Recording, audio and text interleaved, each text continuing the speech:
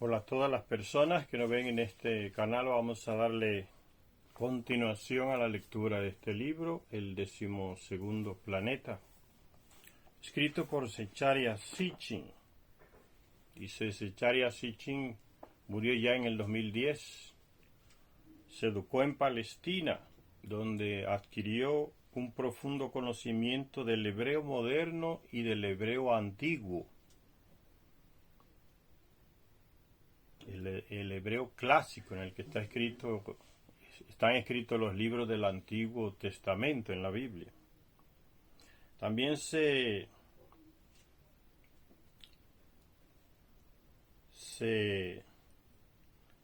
las lenguas semíticas y europeas se especializó en eso.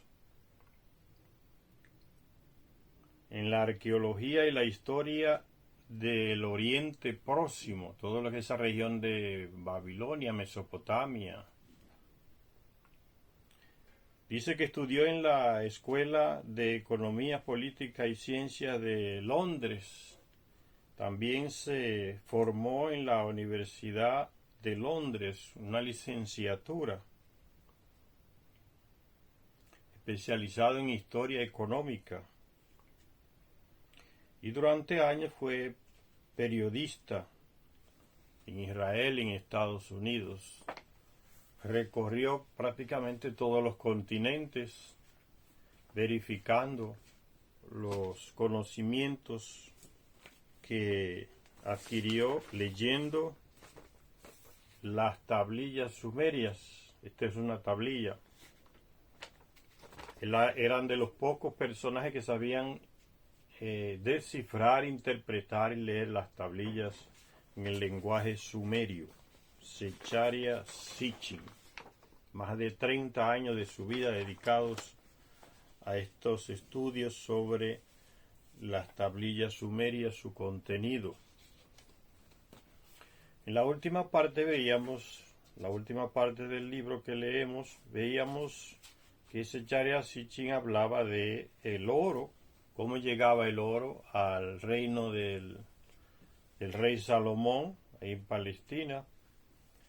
Y Zecharia Sitchin planteaba la tesis de que ese oro dicen los textos que venía de Ofir, y que Salomón tenía una flota estacionada en el sur de Palestina,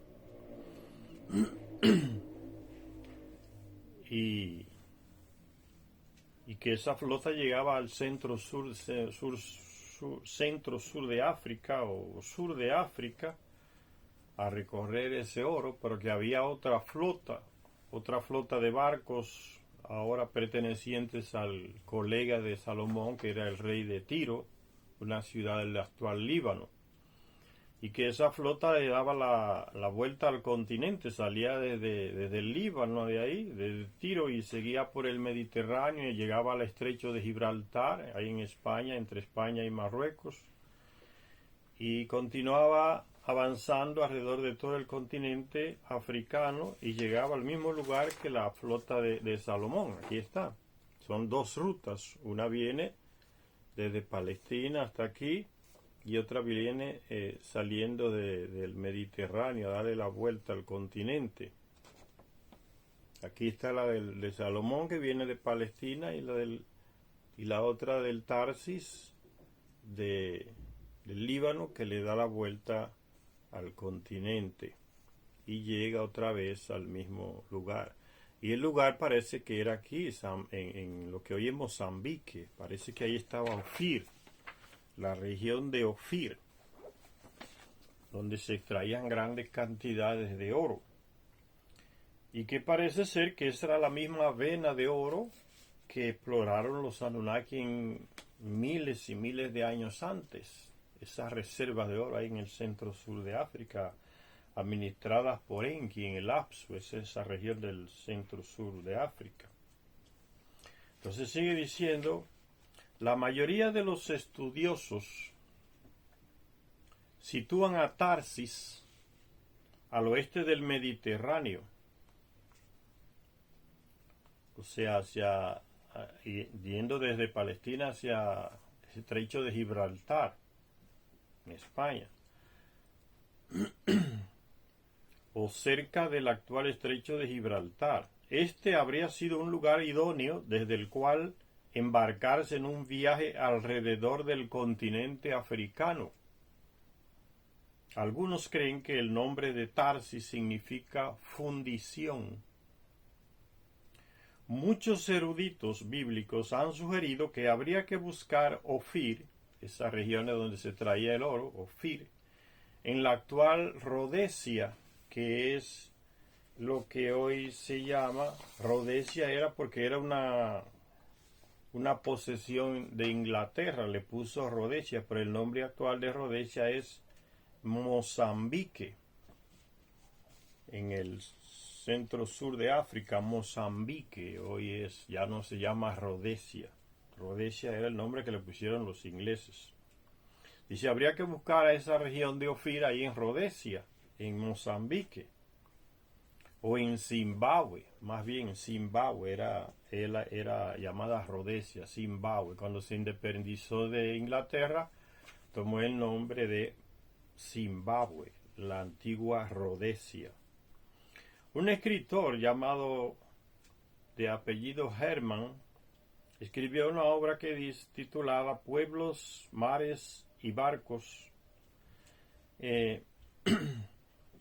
Reunió evidencias que demostraban que en épocas primitivas los egipcios obtenían diversos minerales de Zimbabue en su búsqueda de oro. Los ingenieros de minas de Zimbabue, al igual que los de Sudáfrica, han recurrido en muchas ocasiones a la búsqueda de evidencias de minería prehistórica. Si esa era la fuente de oro, ahí en Zimbabue, lo que se le llama Ofir en la Biblia, donde Salomón buscaba el oro para construir el templo. Entonces, en ese país, en Zimbabue, muchos especialistas extranjeros y nativos se han dedicado a buscar evidencias de esa minería prehistórica, si de verdad existió. Y Sechara Sitchin hace la pregunta, ¿cómo se llegaba a la morada de Ereshkigal? Que Ereshkigal, acuérdense que Ereshkigal era la esposa del hijo de Enki llamado Nergal. ¿Cómo se llegaba a la morada de Ereshkigal? Que Ereshkigal tenía tierra adentro, ahí en lo que hoy es Zimbabue. ¿Cómo se transportaba el mineral desde el corazón de la tierra hasta los puertos de la costa, donde llegaban los barcos del rey Salomón? Y parece que en tiempos prehistóricos que llegaban los barcos de los Anunnaki desde Sumeria hasta ahí, hasta esa región de Ofir en Zimbabue, a procurar el oro también. Dice, ¿cómo se transportaba el mineral desde el corazón de la tierra hasta los puertos de la costa?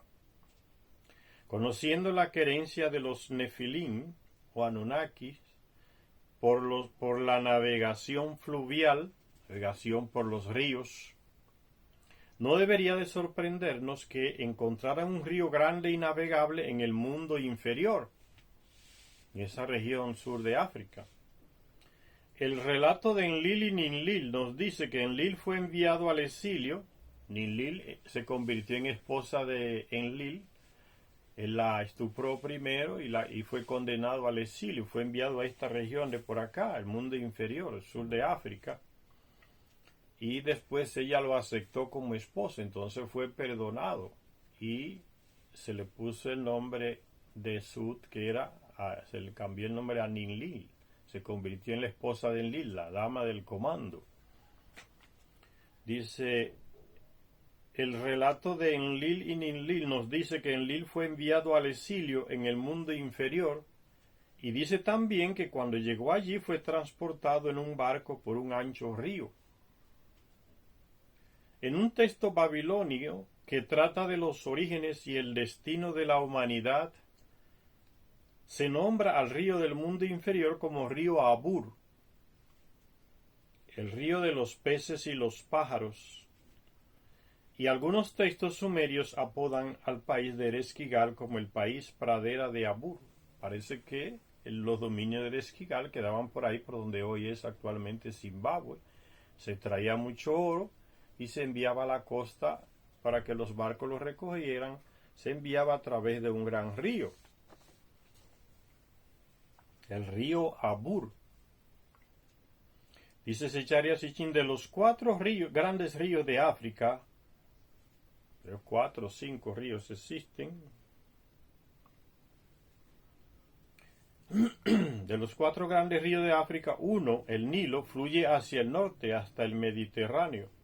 El río Congo y el Níger desembocan en el Océano Atlántico por el oeste, y el Zambezi corre desde el corazón de África haciendo un semicírculo en dirección hacia el este, hasta desembocar en la costa oriental, por donde llegaban los barcos de Salomón y los barcos antiguos, parece. El Zambezi, que corre desde el corazón de África haciendo un semicírculo en dirección este hasta desembocar en la costa oriental. Tiene un amplio delta con buenos puntos portuarios, donde había construir y se pueden construir buenos puertos. Es navegable tierra adentro a lo largo de varios centenares de kilómetros. Este es el río Zambezi. Aquí está, el río Zambezi. El río Zambezi desemboca en lo que hoy es Mozambique y pasa por algunos países.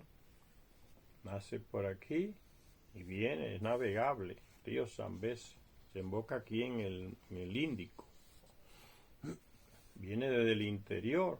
Parece que es el río Abur, por donde se transportaba el oro de Ofir hasta la costa para ser recibido por los barcos que llegaban acá. El río Zambezi, en África. Se pregunta Zecharia Sitchin, ¿fue el Zambezi el río de los peces y los pájaros del mundo inferior? Fueron las majestuosas cataratas Victoria las que se mencionan en un texto en el que se habla de la capital del Esquigal, las cataratas Victoria que están en ese río Zambezi. Consciente de que muchas minas prometedoras recientemente descubiertas en el sur de África habían sido puntos mineros en la antigüedad, ya los expertos descubrieron que sí, que esos puntos de minería habían sido explorados ya en la antigüedad. ¿Cuántos miles de años? No se sabe, pero evidentemente fueron los Anunnakis que iniciaron en la extracción de oro en esa región. Siguieron los... Ahí también envió Salomón a procurar oro. Era una mina enorme que hay subterránea. Zimbabue. Dice conscientes de que muchas minas prometedoras recientemente descubiertas, dice Zecharia Sitchin, en el sur de África, habían sido puntos mineros en la antigüedad. La Anglo-Americana, o sea, una corporación extractora de oro, de capital inglés y estadounidense, Anglo-American Corporation, contrató a varios equipos de arqueólogos para examinar los lugares antes de que las modernas máquinas excavadoras barrieran con todos los rastros de antiguas obras. Dando cuenta de sus descubrimientos en la revista Optima, un tal Adrian Boschier y otro llamado Peter Bimund decían haberse encontrado con capas y más capas de actividades mineras antiguas y prehistóricas, así como de restos humanos. Descubrieron las antiguas minas de Ofir. La datación por radiocarbono realizada en la Universidad de Yale, Estados Unidos, y en la Universidad de Groningen, en Holanda, estableció la edad de los objetos en un rango que iba desde los plausibles 2000 a.C. hasta los asombrosos 7690 a.C.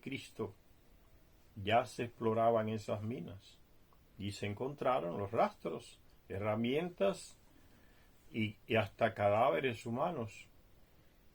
Intrigados por la inesperada antigüedad de los descubrimientos, el equipo de arqueólogos amplió su área de trabajo en la base de un despeñadero de las escabrosas vertientes occidentales del Pico del León.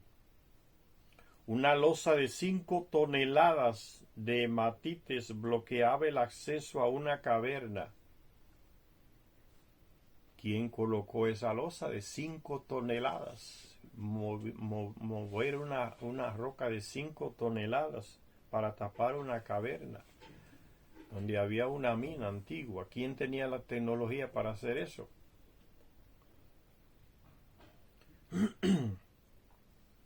Dice, ¿acaso era posible la minería? Dice, los restos de carbón dataron las operaciones mineras en el interior de la caverna después que retiraron la enorme losa que bloqueaba la entrada. Dice, los restos de carbón dataron las operaciones mineras en el interior de la caverna entre 20.000 y 26.000 años antes de Cristo. Mucho más antigua aún. Y se hace Zecharia Sitchin la pregunta, ¿acaso era posible la minería de metales durante la edad de piedra antigua, durante el Paleolítico? Esas edades que los europeos y estadounidenses han catalogado, el Paleolítico, el Neolítico y todas esas cosas, que está todo errado, equivocado, porque se han encontrado metales, como dice aquí, se trabajó el metal mucho antes de esa tal edad de piedra, como la han clasificado esos expertos estadounidenses y europeos. Se trabajó el metal mucho antes de esas épocas, entonces están mal calculadas. Incrédulos, los expertos excavaron un pozo en un punto donde aparentemente los antiguos mineros habían comenzado sus operaciones. Se envió una muestra de carbón encontrada allí al laboratorio de Groningen en Holanda. La datación se remontó al 41.250 a.C., más antiguo aún, con un margen de error de más o menos de 1.600 años. 41.250 a.C., señor. Ya se exploraban esas minas de oro ahí en Zimbabue. Los científicos sudafricanos que se pusieron a investigar entonces en los lugares mineros prehistóricos del sur de Suazilandia, un país que está ahí dentro del territorio de África del Sur. Fue entonces cuando en el interior de las cavernas mineras descubiertas encontraron ramitas, hojas, hierbas e incluso plumas. Todo ello fue llevado allí, presumiblemente por los antiguos mineros para hacerse un lecho en el nivel del 35.000 a.C. Encontraron huesos con muescas. Muescas es una pieza donde se encaja otra. Entonces es una pieza que es hecha por una persona.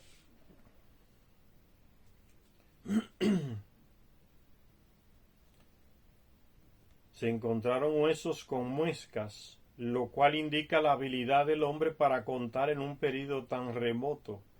Otros restos remontaron la edad de los objetos hasta los alrededor del 50.000 a.C. Fíjense la antigüedad, señores. Creyendo que la verdadera edad de comienzo de la minería en Suazilandia es más probable que esté en el orden del 70.000 o el 80.000 a.C.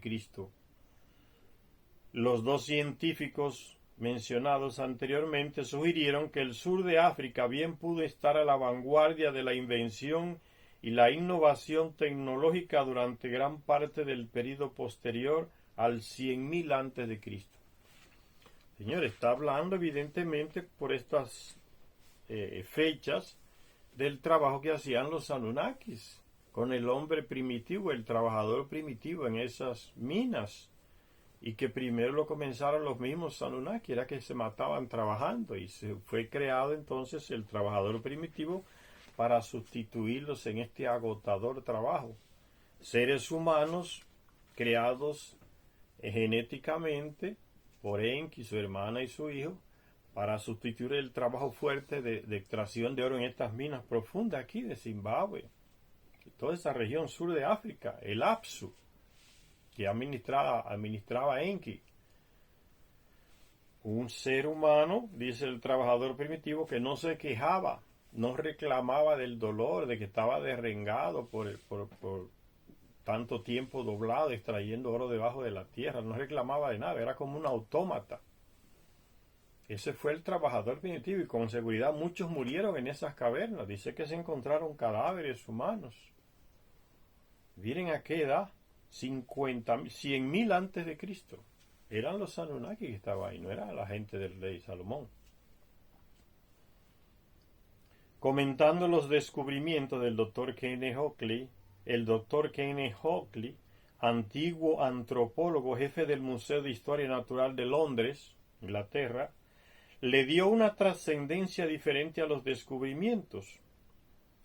Dice, esto arroja una luz importante sobre los orígenes del hombre, decía ese Dr. Kenneth Oakley. Esto arroja una luz importante sobre los orígenes del hombre. Es posible que el sur de África fue el hogar evolutivo del hombre, el lugar de nacimiento del Homo sapiens. Y fue así. Fue ahí, en los laboratorios que tenía Enki en Sudáfrica, en su residencia, donde se creó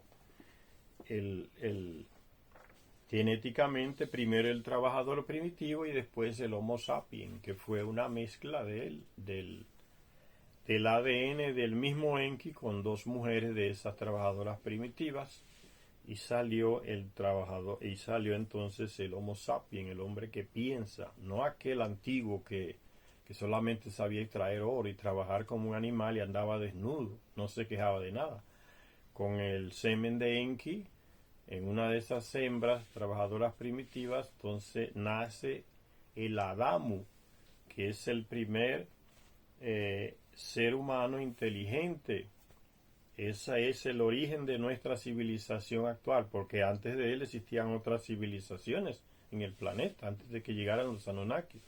Y ya hablamos de eso, están las pruebas de eso.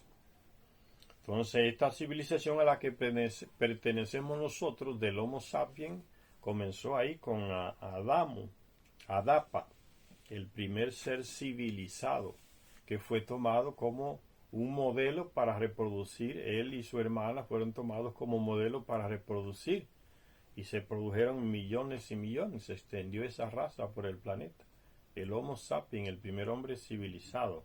Anteriormente, como dije entonces, había sido creado el trabajador primitivo, un ser humano que no se quejaba, no reclamaba, no tenía capacidad creativa, genéticamente era más deficiente que el Homo sapiens. Entonces ese fue el que se mató trabajando en las minas, sustituyendo a los Anunnaki, el trabajador primitivo. Y dice Enki en su libro, el libro perdido de Enki, que ese trabajador primitivo fue regrediendo, volviendo a su estado antiguo, a crear muchos pelos en el cuerpo y a ser como un animal. O sea, fue perdiendo la capacidad intelectual que tenía ese trabajador primitivo. Por eso Enki da un paso más para que esa humanidad siga evoluyendo, avanzando, y crea entonces el Homo sapiens a través de su semen con una de esas mujeres, y nace Adapa y una media hermana de él, y son los modelos que se toman para reproducirlos y se convierten en el Homo sapiens, el hombre civilizado. Entonces, todas estas teorías de encuentros en las minas de Sudáfrica comprueban lo que dicen las tablillas. Los Anunnaki trabajaban ahí. Esa era la región del Apsu de Enki. De ahí se traía el oro para ellos llevarlos en barcos hasta Sumeria, en Mesopotamia, e enviarlos a Nibiru. Después aparece con el nombre de Ofir. Entonces, por eso dice este especialista, Dr. Kenneth Oakley, dice, hay que repensar esa cuestión del origen del ser humano. Es evidente que nació en África, su origen está en África, del Homo sapiens. Y realmente fue así, dicen las tablillas. Él no está diciendo nada nuevo. Como veremos, sigue diciendo la lectura, fue ciertamente allí donde apareció el hombre moderno en la tierra, a través de una cadena de acontecimientos que se desencadenó con la búsqueda de metales por parte de los dioses. Entonces, esa búsqueda de metal, la extracción del oro, fue una de las causas que hizo que los Anunnaki crearan a ese primer terrestre trabajador primitivo. Y después, en consecuencia de eso, una mejoría que se buscó, apareció entonces, fue creado el Homo sapiens que somos nosotros. La extracción del oro, entonces, por parte de los Anunnaki, está en el origen de nuestra creación. Tanto los serios científicos como los escritores de ciencia ficción han sugerido que una buena razón para el establecimiento de asentamientos en otros planetas o asteroides sería la disponibilidad de minerales poco comunes en esos cuerpos celestes. Minerales que podrían ser muy escasos o demasiado costosos de extraer en la Tierra. ¿Pudo ser este el propósito de los Nefilín al colonizar la Tierra?, se pregunta Zecharia Sitchin. Los estudiosos modernos dividen las actividades del hombre en la tierra en edad de piedra, edad del bronce, edad del hierro, etcétera, etcétera. Sin embargo, en la antigüedad, el poeta griego Hesíodo, por ejemplo, hizo una lista de 5 edades: edad dorada, edad de plata, edad de bronce, edad heroica y de edad del hierro. Excepto por la edad heroica, todas las tradiciones de la antigüedad aceptaban la secuencia oro, plata, cobre, hierro. El profeta Daniel tuvo una visión en la cual vio una gran imagen con la cabeza de oro fino, el pecho y los brazos de plata, ¿ven? Las edades de oro, de plata, el pecho y los brazos de plata, el vientre de latón, las piernas de hierro y los pies de arcilla. En el mito y el folclore abundan los recuerdos vagos de una edad de oro, asociada a una época en la que los dioses vagaban por la tierra, seguida por una edad de plata y después por las edades en las que dioses y hombres compartían la tierra. La edad de los héroes, del cobre, del bronce y del hierro. ¿No serán estas leyendas recuerdos vagos de acontecimientos reales ocurridos en la tierra?, se pregunta Zecharia Sitchin. El oro, la plata y el cobre son elementos que pertenecen al grupo del oro. Están en la misma familia en la tabla periódica por número y peso atómico. Tienen propiedades cristalográficas, o sea, propiedades de las sustancias cristalinas, propiedades químicas y físicas similares. Todos son suaves, maleables y dúctiles. De todos los elementos conocidos, estos, el oro, la plata y el cobre, son los mejores conductores del calor y de la electricidad. De los tres, el oro es el más duradero, virtualmente indestructible, aunque se le conoce mejor por su utilización en forma de dinero, en joyería o en objetos finos. Es casi inestimable en la industria electrónica. Una sociedad sofisticada necesita oro para sus montajes en microelectrónica, circuitos y cerebros computarizados. El capricho del hombre por el oro se remonta a los comienzos de la civilización y de la religión, a sus contactos con los antiguos dioses. Los dioses de Sumer exigían que se les sirvieran los alimentos en bandejas de oro, el agua y el vino en vasos de oro, y que se les vistiera con vestidos dorados. Esa costumbre la tenían esos llamados dioses, que nunca fueron dioses ni son dioses, pero son una civilización millones y millones de años más avanzada que nosotros, nos crearon a nosotros. Entonces ellos saben por qué usaban el oro, para todas esas cosas que se menciona aquí. en sus en platos para servirles alimentos, todo era el oro. Y nosotros hoy nos matamos con el bendito aluminio, una cosa más horrible, ¿no? Estamos más atrasados que ellos. Lógicamente siempre hemos sido más atrasados que ellos. Pero en lugar de copiar de ellos, entonces nos atrasamos más. Nos estamos envenenando comiendo en objetos de aluminio, platos de aluminio, bandejas de aluminio, vasos donde se preparan los alimentos en aluminio. Y ese aluminio se va acumulando en el estómago. Eso envenena, es tóxico. En lugar de seguir como ellos seguían, ¿no? El bronce, el oro, el bronce. En todo, dice, bandejas de oro, el agua y el vino en vasos de oro. Y que se les vistiera con vestidos dorados. Ellos sabían por qué. Era el metal por excelencia para la salud humana. Aunque los israelitas dejaron Egipto con tal premura que no tuvieron tiempo para coger su levadura de pan, sí que se les ordenó que pidieran a los egipcios todo tipo de objetos de plata y oro. Que este mandato, como veremos más tarde, preveía la necesidad que de estos materiales tendrían a la hora de construir el tabernáculo y sus pertrechos electrónicos. El oro, al que podemos llamar metal regio, era de hecho el metal de los dioses. Ya en las culturas andinas, donde también residieron los Anunnaki en la región de Bolivia, en los Andes, por ahí, estaba Ninurta, estaba su padre Enlil, fue el origen de muchísimas culturas, ahí en los Alpes, en Tiwanaku. Ya se habla, los españoles cuando llegaron le preguntaban a los nativos que de quién era el oro, de dónde venía el oro. Decía, eso es de los dioses. Es la misma respuesta que daban los sumerios. Son ellos, los dioses.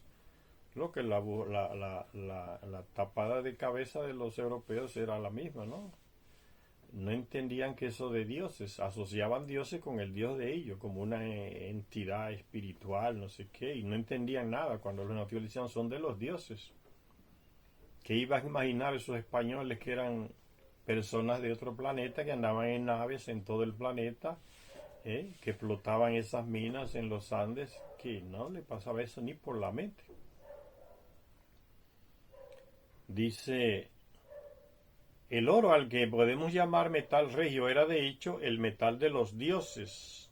Dirigiéndose al profeta Ageo, en el libro de Ageo, capítulo 2, versículo 8, pueden leer eso, el Señor dejó claro, hablando de su retorno para juzgar a las naciones, diciendo, mía es la plata y mío es el oro. Era uno de ellos, de los Anunnaki. ¿Cómo se puede imaginar que ese es Yahvé? Porque ese es Dios, creó el universo entero. Ese llamado Yahvé es simplemente una síntesis mal hecha de todos esos personajes Anunnakis, Anakim, los Elohim de la Biblia. Mía es la plata y mío es el oro. Y hoy las iglesias y las religiones, fíjense cómo está todo relacionado. Estos libros ya nos enseñan muy bien. Las religiones están muy ligadas al desarrollo del ser humano, al origen del ser humano, a la explotación de estos minerales en la antigüedad, a la creación. La gente siempre está queriendo dividir la religión, ¿no? Que eso es cosa de padres y de sacerdotes y de pastores, que eso no tiene nada que ver. La estupidez intelectual hace ese tipo de divisiones, ¿no? No, que no hable de religión, que esas son cosas de sermones de padre, de misa. La ignorancia sobre el aspecto religioso del ser humano está ligado a todo, al poder, a la lucha del poder, a las guerras, a la extracción del oro, de los metales, al desarrollo de las grandes civilizaciones antiguas. Entonces estos estúpidos quieren dividir, ¿no? Que la religión es cosa de gente, de padres y de iglesia, que eso no tiene nada que ver con los libros. Es parte central, por eso Zecharia Sitchin, que no era ningún sacerdote ni religioso, escribe y la saca de las tablillas, está en las tablillas.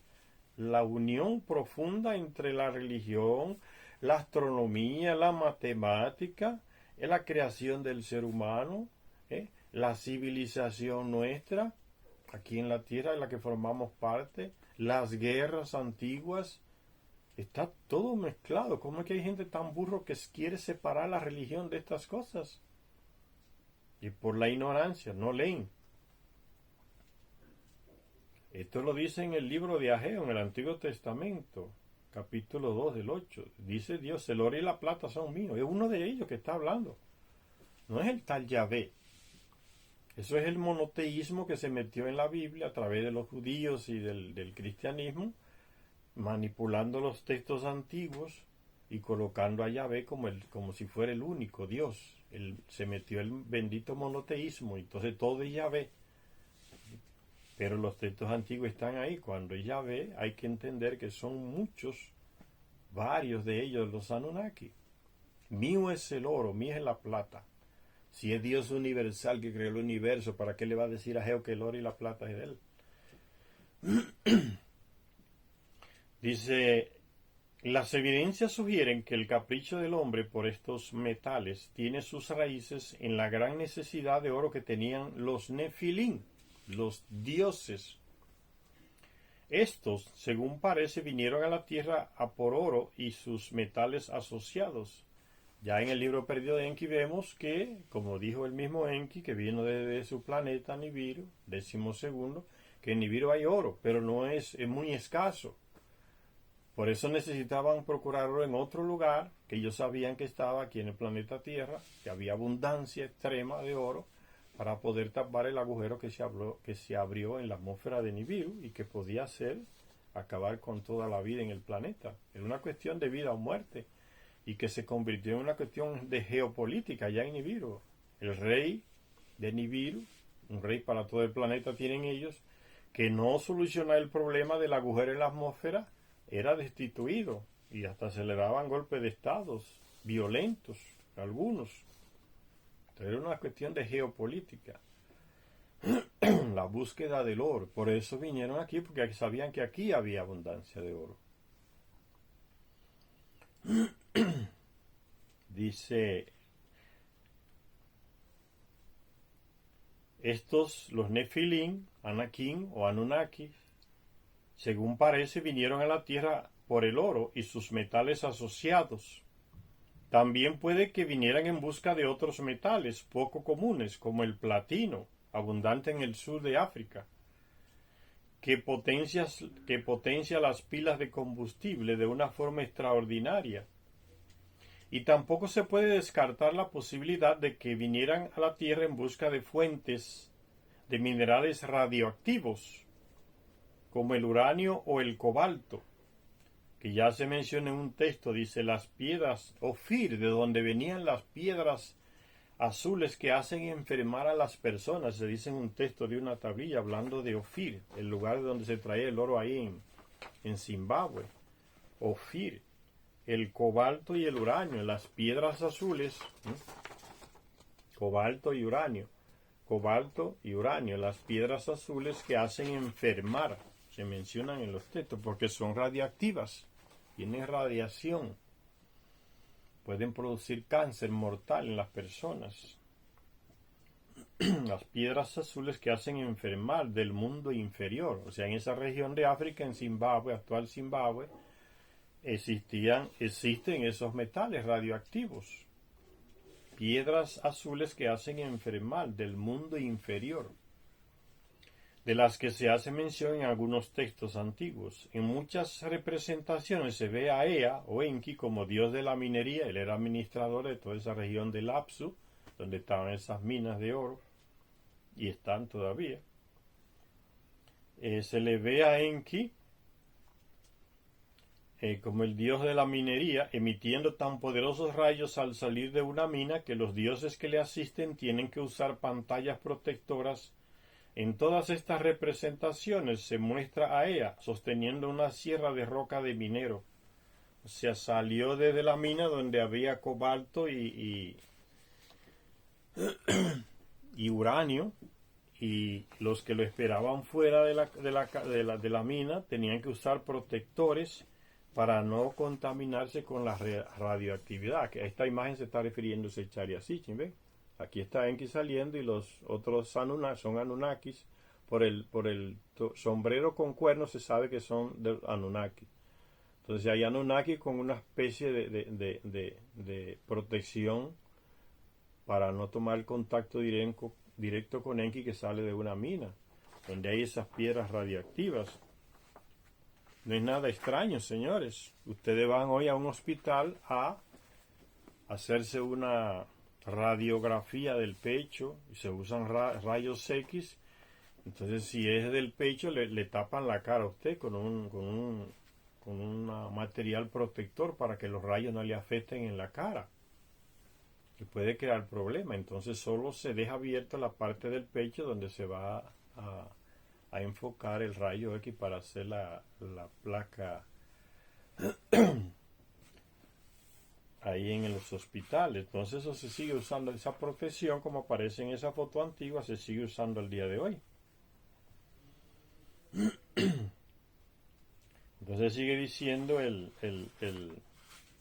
texto: aunque Enki estaba a cargo del primer grupo que aterrizó de los Anunnaki que vinieron aquí a la Tierra y aterrizaron en el sur de Mesopotamia, fundaron Eridu. Era Enki que comandaba ese grupo de 50 Anunnakis.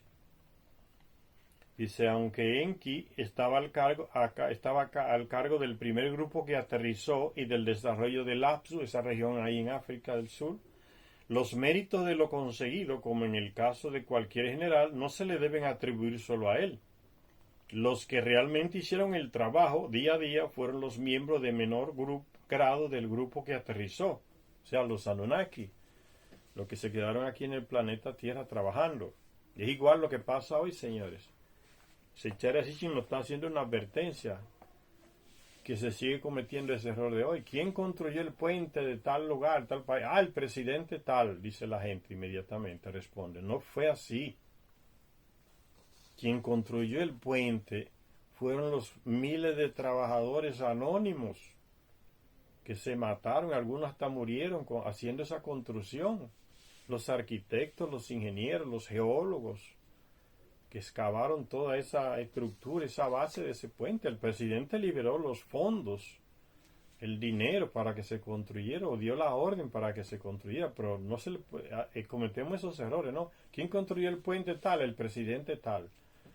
No fue él, fueron a eso que se está refiriendo Sechara Sitchin aquí. Eso es una injusticia que siempre se sigue cometiendo hasta el día de hoy. No fue Enki. Él delegó a un grupo de Anunnaki que él comandaba para que extrajeran los minerales. Él no iba a extraer mineral. Él comandaba ese grupo de trabajadores, como el presidente da la orden para que un grupo de ingenieros, de trabajadores anónimos, de gente que sabe hacer mezcla, que sabe trabajar con ladrillo, que sabe trabajar con hierro, amarrar hierros y construir la estructura del puente. Y esos son los que hacen el trabajo, pero nunca se mencionan, y eso es lo que en el fondo nos está diciendo Sechara Sitchin, como siempre sucede. Fueron los Anunnaki de abajo, o sea, el pueblo que trabaja en las obras que nunca se menciona. Ese fue el constructor del puente, como le estoy poniendo el ejemplo. No fue el presidente. Entonces no fue Enki. La extracción del oro le hicieron los Anunnaki de abajo, anónimos, que se mataban trabajando, y después que se creó el trabajador primitivo, fueron esos anónimos primitivos, y ya murieron por miles en esas cavernas de extracción de minas cuando llegó el diluvio, los arrasó, los enterró a todos en el lodo. Por eso dice que se ha encontrado hasta cadáver en esas antiguas cavidades de mineración en Sudáfrica, en el sur de África. Dice, los que realmente hicieron el trabajo, dice Sechara Sitchin, día a día fueron los miembros de menor grado del grupo que aterrizó, o sea, los Anunnaki comunes. Un texto sumerio describe la construcción del centro de Enlil en Nippur. Dice, los Anunna, los hijos de Anu, rey de Nibiru, Anunna, no significa que sean hijos biológicos de Anu, sino que es el rey de ellos allá en el planeta, tienen el sistema monárquico. Entonces, por eso se le dice Anunna, los hijos de Anu. Los Anunna, dioses del cielo y la tierra, están trabajando. En las manos sostienen la piqueta y la cesta porteadora, con las que hacen los cimientos de las ciudades. No fueron los jefes solo mandan, son los de abajo que construyen, y nunca se les menciona en la historia. Un texto dice: los textos antiguos describían a los Anunnaki como los dioses de base que se habían involucrado en la colonización de la tierra. Los dioses que hacían los trabajos, eran diferentes a los jefes que mandaban a hacer los trabajos. En la epopeya de la creación se dice que fue Marduk el que les asignó a los Anunnaki sus tareas, porque Marduk fue nombrado el comandante de esos Anunnaki y sobre todo de aquellos que estaban en la base de Marte, base de paso. Había una base de paso en Marte, donde se enviaba del oro desde aquí a Marte y de Marte en una nave más grande hacia Nibiru.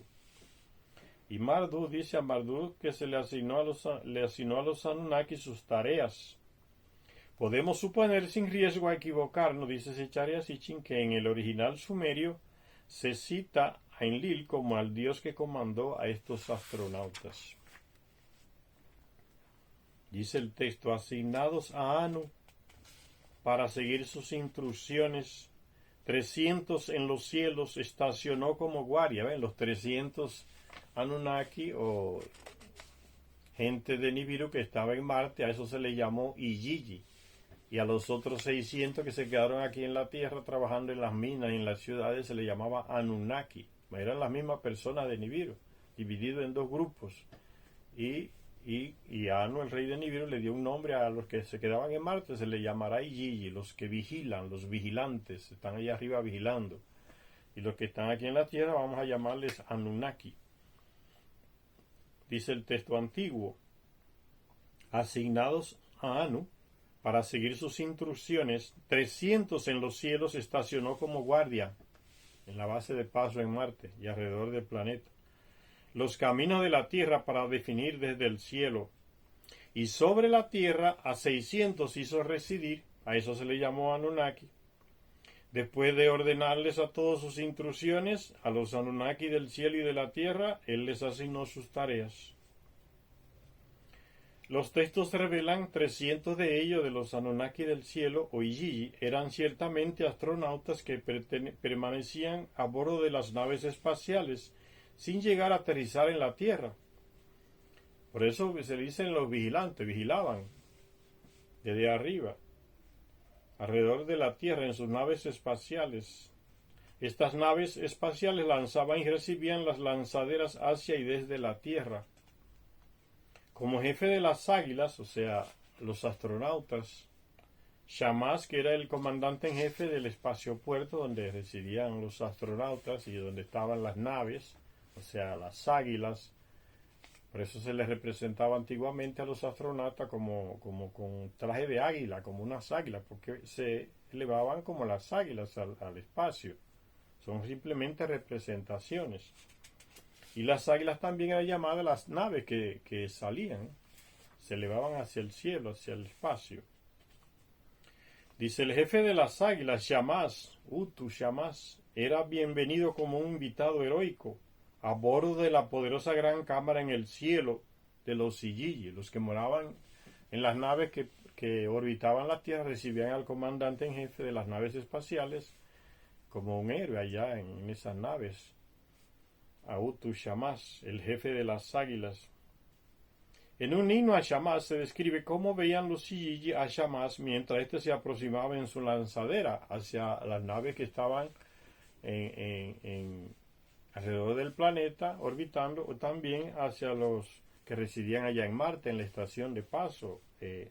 Shamash, Shamash los iba a visitar. Dice: con su aparición todos los príncipes se alegran, todos los Iyiji se regocijan contigo, ante el brillo de tu luz su sendero. Ellos buscan constantemente tu resplandor. Abierta de par en par está la puerta, enteramente. Las ofrendas de pan de todos los Iyiji te esperan. Los textos están corrompidos en algunas partes, pero estas son las partes que se pudieron leer, interpretar y traducir. Al estar allí arriba, parece ser que la humanidad nunca se encontró con los Igigi. Parece ser, pero sí que se encontró, porque ellos bajaron de Marte 200, ¿eh? Raptaron a muchas mujeres ahí en el matrimonio del jefe de ellos, ahí en Mesopotamia, y se las llevaron y formaron familias. Los Igigi bajaron de Marte, 200 de ellos, y a eso se le llamará en el libro de Enoch los ángeles caídos. Son los mayores benefactores de la humanidad porque compartieron con sus esposas y su descendencia terrestre todos los conocimientos que ellos tenían. Los Sigigi eran 300 allá en Marte y bajaron 200 y se casaron con mujeres de aquí de la Tierra porque eran compatibles, son compatibles, y formaron familia y se quedaron viviendo aquí en la Tierra. Una parte se fue hacia Asia, otra parte por el Cáucaso, otra parte se quedó en Mesopotamia, otra parte se quedó en Egipto. Los Sigigi y su descendencia, o sea, los gente de Nibiru que vivía en Marte y sintió la necesidad de tener mujeres como hacían los que vivían aquí en la Tierra, los Anunnaki, y como no se les prohibía, entonces bajaron, hicieron un plan y secuestraron a 200 mujeres, se las llevaron y se casaron, formaron familia con ellas. Los ángeles caídos, se le dice en la Biblia, moralizando y manipulando los textos, haciéndolos pasar como si fueran demonios o seres espirituales que pecaron y que cayeron. Entonces esa estupidez se la encuentra uno por la manipulación religiosa. Ven, de nuevo, la religión manipulando los textos antiguos. Hay gente que dice que estos videos no hay que hablar de religión. La burrada de mucha gente que no entiende, no lee, dándole criterios a uno que se mata leyendo y procurando los textos. La religión está íntimamente ligada, hay que estudiarla profundamente, y esa es la ignorancia de los gobiernos, que se descuidan estudiando las religiones, y las religiones se aprovechan de esa ignorancia de los gobiernos para hacerle gran negocio mental y económicamente. Por ese tipo de persona, ¿no?, que siempre quiere dejar la religión de lado, que eso es cosa de padre y de iglesia, que no hay que hablar de eso. La ignorancia hace la desgracia. Sigue diciendo el texto entonces, al estar allí arriba parece ser que la humanidad nunca se encontró con los Igigi. En varios textos se dice que estos estaban demasiado altos para la humanidad, estaban en Marte. Los humanos, los terrestres mejor dicho, no tenían acceso a las naves para viajar a Marte. Pocos lo hicieron. Uno de ellos fue Enoch, el Enoch de la Biblia. Fue llevado por Marduk a Marte y a la Luna y los conoció allá. Y escribió un libro sobre ello, que después fue manipulado. Las partes que se encontraron se manipularon por la religión y los coloca como si fueran los ángeles caídos, los demonios que fueron lanzados al abismo, al submundo, y todo eso disparate que se ha creado una literatura sobre ellos. Estaban muy altos para la humanidad, o sea, ya los terrestres creados no conocían a los Sigigi porque no podían elevarse a Marte en naves para visitarlos. Y como consecuencia de ello, no se preocupaban por la gente, porque su trabajo estaba en Marte, administrando la estación de paso del oro hacia Nibiru. Por otra parte, los Anunnaki, que eran los que vivían aquí en la Tierra, que aterrizaron y se quedaron en la Tierra, fueron conocidos y reverenciados por la humanidad. Y después de miles de años, entonces, como dioses. Los engañaron a los terrestres diciéndole que ellos eran dioses y se declararon dioses, y por ahí siguió, y el engaño sigue hasta el día de hoy. No obstante, dice, los textos que dicen que los Anunnaki del cielo eran 300 afirman también que los Anunnaki de la tierra eran 600, ¿ves? Lo que le estamos hablando. En Marte había una estación de paso y vivían 300 de ellos allá, tenían su comandante. Marduk fue el principal comandante, después decidió quedarse aquí en la tierra. Se casó aquí. Él dijo Marte, después del diluvio Marte quedó, dice, después que pasó el planeta Nibiru en uno de sus pasos, le secó la atmósfera, extrajo casi totalmente la atmósfera de Marte, lo dejó seco, sin agua en la superficie, era solamente tormenta de polvo, y Marduk dijo, ya no se puede vivir más, eso es pura tormenta de tierra. Esa estación de paso hay que abandonarla. Entonces de ahí vino la consecuencia de que 200 de ellos, de los 300 que habían allá, comandados por su comandante en jefe allá, bajaron aquí, se casaron en la boda de Marduk con una terrestre. Marduk fue el primer terrestre que se casó. Primer Anunnaki que se casó con una mujer aquí del planeta Tierra, porque son compatibles. Y ellos, que lo tenían de jefe, bajaron de Marte 200 y dijeron, vamos a tener mujeres también, igual que Marduk, igual como hacen los Anunnaki aquí en la Tierra, para tener descendencia, y así hicieron. Los ángeles caídos, dicen los textos manipulados. Eran 300 allá y 600 aquí en la Tierra. No obstante, muchos textos insisten en hablar de los Anunnaki, o sea, los que vivían aquí en la Tierra, como de los 50 grandes príncipes. La ortografía normal de su nombre en acadio, Anunnaki, muestra claramente el significado de los 50 que vinieron del cielo a la Tierra. ¿Existe algún modo de conciliar esta aparente contradicción? No. Porque cuando habla de los 50, habla de los primeros que llegaron con Enki, fueron 50 Anunnaki que vinieron con él, aterrizaron ahí en Mesopotamia, comenzaron a fundar la misión aquí en la Tierra. A esos 50 se refiere. Los 50 que vinieron del cielo a la Tierra. Recordemos el texto donde se cuenta que Marduk fue apresuradamente a ver a su padre, Ea, o Enki, para informarle de la pérdida de una nave que llevaba a los Anunnaki, que eran 50. Cuando pasaban por las cercanías de Saturno. El texto de un exorcismo que data de la tercera dinastía de Ur nos habla de los Anunna Eridu Ninnubi, o sea, los 50 Anunnaki de la ciudad de Eridu. Esos fueron los 50 que llegaron con Enki, los primeros. Esto nos da a entender que el grupo de Nefilim o Anunnaki o Anakin que fundó Eridu bajo el mando de Enki sumaban 50.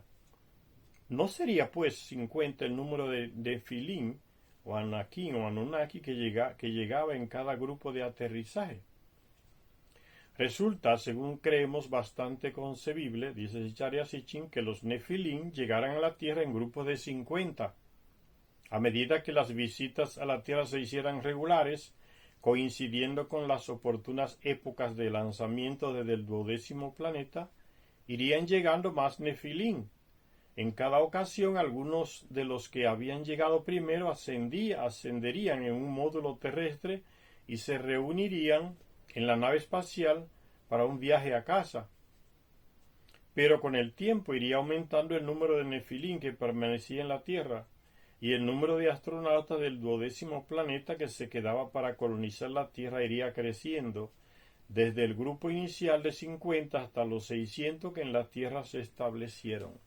Después de miles y miles de años, esos que estaban en la Tierra se fueron multiplicando, le nacieron hijos aquí, nietos, bisnietos, y se fue haciendo ya una colonia de ellos aquí. ¿Cómo iban a llevar a cabo su misión los Nefilim? Es decir, extraer los minerales deseados de la Tierra y enviar los lingotes al 12º planeta con tan pequeño número de manos, 600 nada más. Un famoso sello que se exhibe ahora en el Museo del Louvre en Francia, ¿ves? Los europeos siempre con los tesoros de otros países. Hoy salió una noticia en un periódico ruso, RT Noticias dice, donde Egipto le está reclamando a Inglaterra que le devuelva la piedra Rosetta.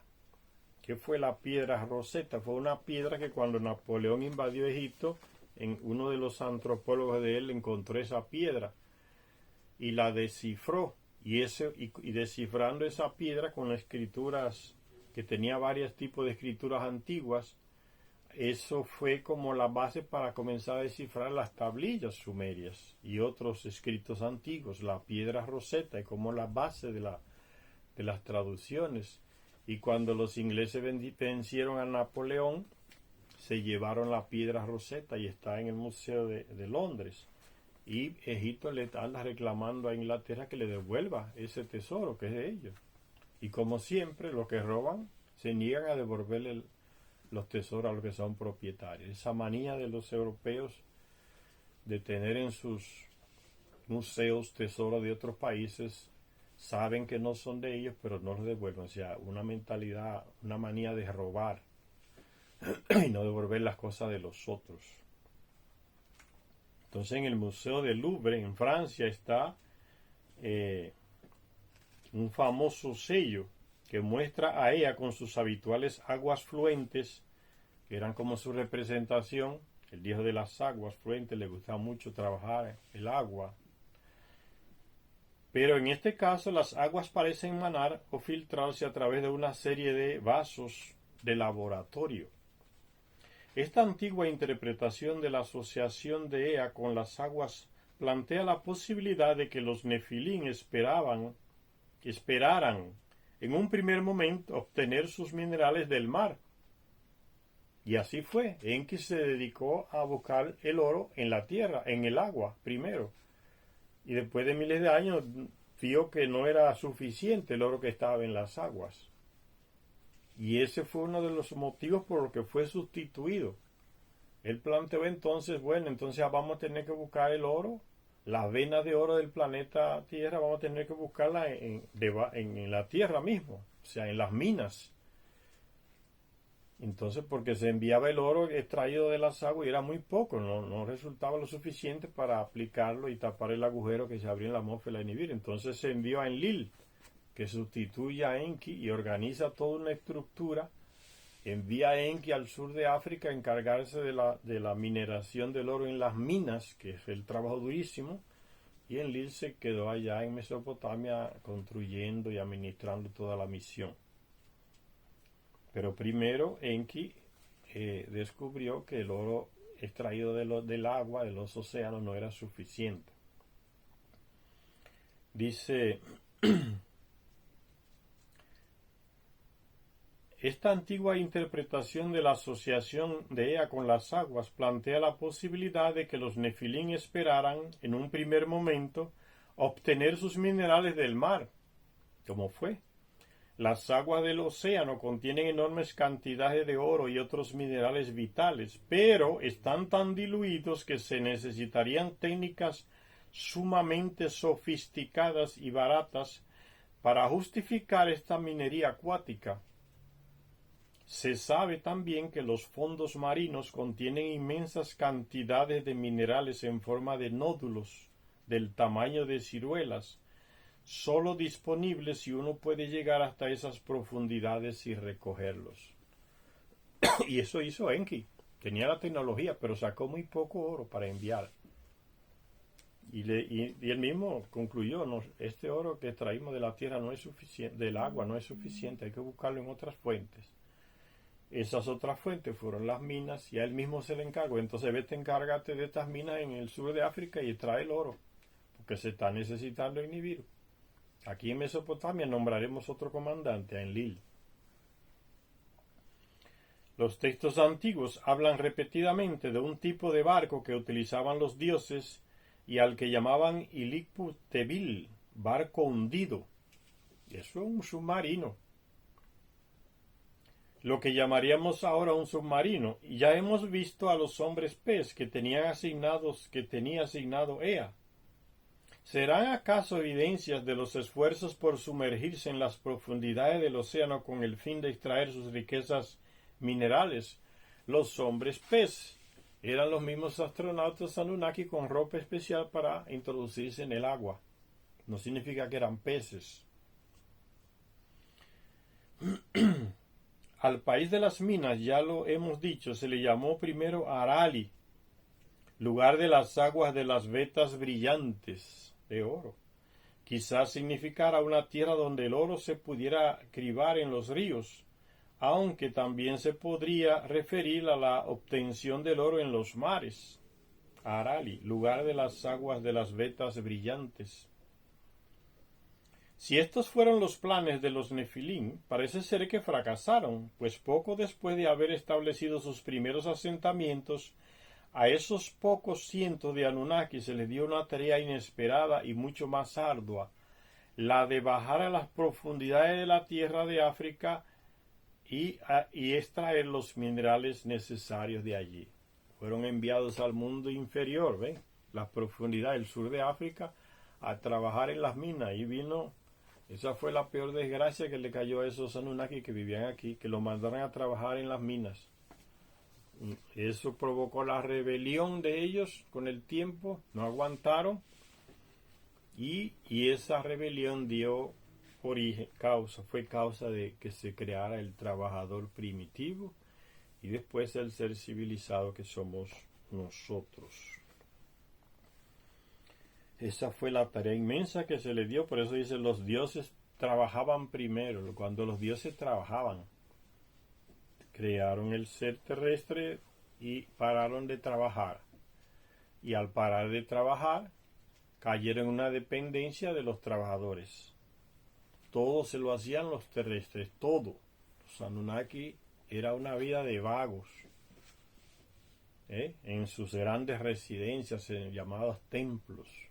No hacían nada, era una vida de vagos. Los terrestres eran los que le hacían todo. Por eso cuando el diluvio se llevó a la mayoría de los terrestres, los Anunnaki estaban pasando hambre. ¿Y ahora quién nos cocina? ¿Quién nos cría los animales? ¿Quién nos hace las ropas?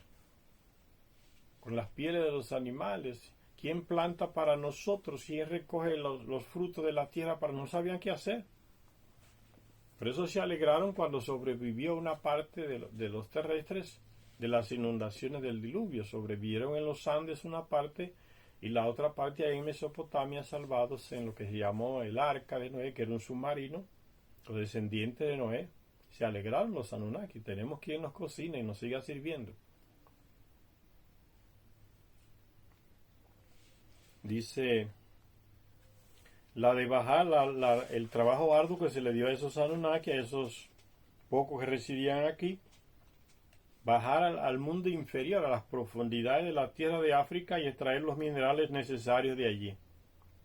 En muchos sellos cilíndricos se han encontrado representaciones en las que se ve a los dioses en lo que parecen ser entradas a minas o pozos mineros.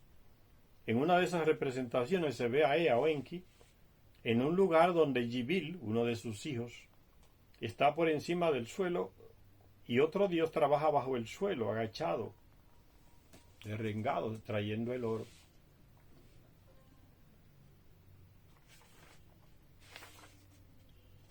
En épocas posteriores, según nos desvelan los textos babilonios y asirios, los hombres, jóvenes y viejos, eran condenados a trabajar en las minas del mundo inferior, en el sur de África, trabajando en la oscuridad y comiendo tierra. Estaban condenados a no volver nunca más a su hogar. Este es el motivo por el cual el epíteto sumerio de aquel país, Kurungia, adquirió la interpretación de país sin retorno. Su significado literal era país donde los dioses que trabajan en profundos túneles amontonan los minerales. Pues los dioses que trabajan, en esa época trabajaban los Anunnaki.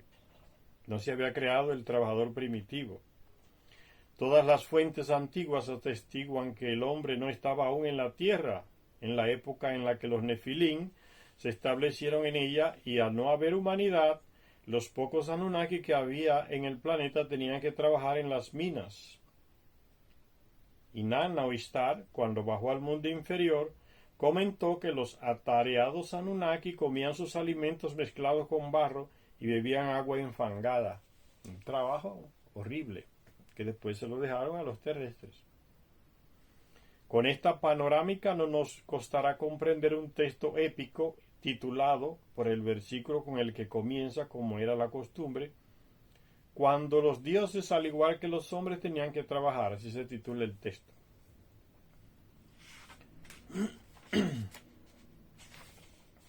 Vamos a hacer una parada por acá, señores, para que el video no se haga tan largo. Gracias a todos los que nos ven en este canal y hasta la próxima lectura.